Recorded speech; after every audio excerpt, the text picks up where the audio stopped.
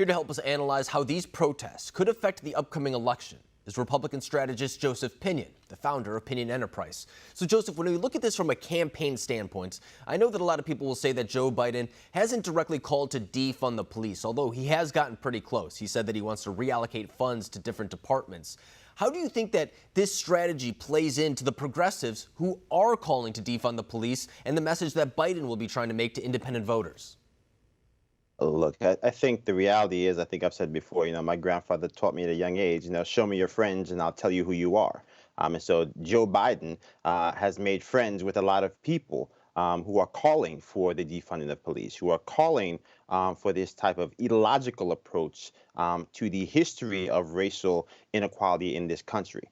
So I think that if he's going to try to appeal to independents, he's going to have a difficult time convincing people that Grandpa Joe was the same as Uncle Joe of old, because the two messages are completely different, and they're really not actually in lockstep with the majority of most Americans.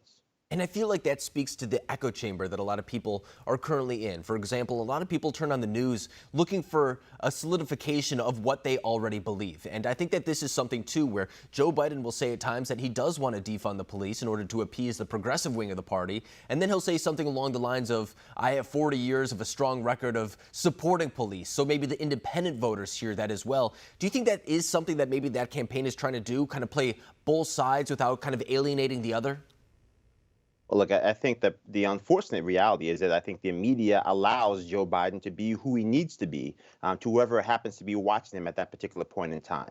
And so when you have Joe Biden who wants to juxtapose his record of, 30 years ago with the rhetoric of the present, it makes it very difficult for your low information voter, the person who knows who Joe Biden is, my word as a Biden, Joe Biden.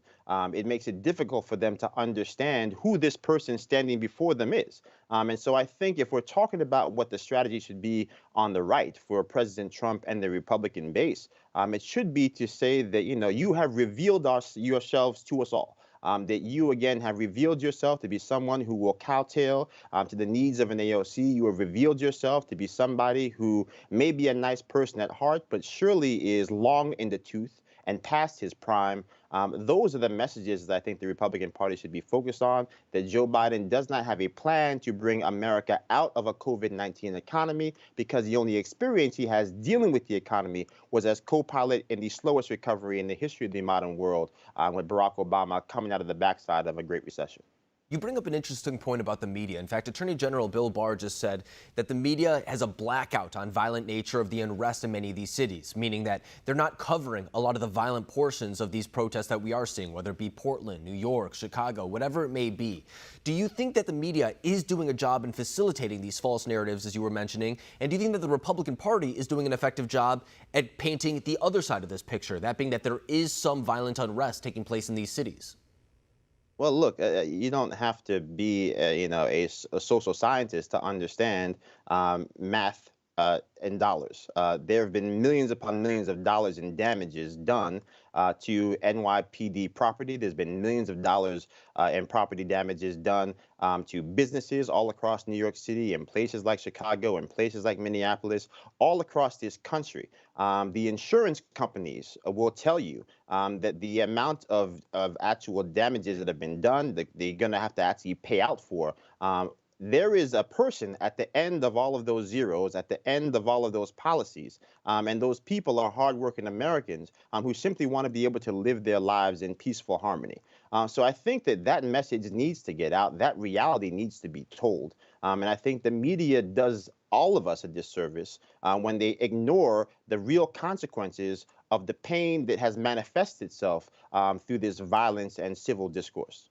I think you bring up a really good point that when you take away the numbers of this, there are people behind those numbers as well. And I think it goes the same way with the police chief and the police who are being defunded as well. I mean, you're not just taking away money from a police department. I know a lot of people think that maybe police are too militarized, but there are people that are behind those numbers as well. There are police officers with families, pensions, who are out there protecting those small businesses that you're talking about. So I think it's very important, too, to humanize this issue and bring it beyond the figures that we often represent, because you're exactly right. When we talk about the damage that was done in Minneapolis, for example, I think the estimate that they had was $500 million. And that's coming from small businesses, immigrant communities, minority populations that you're talking about. So I think that our job in the media is to really put a face to those figures as well and start talking about the people who lost something in these riots. I think you're right on to say that. Joseph Pinion, it's always a pleasure having you on. Thanks for joining us tonight.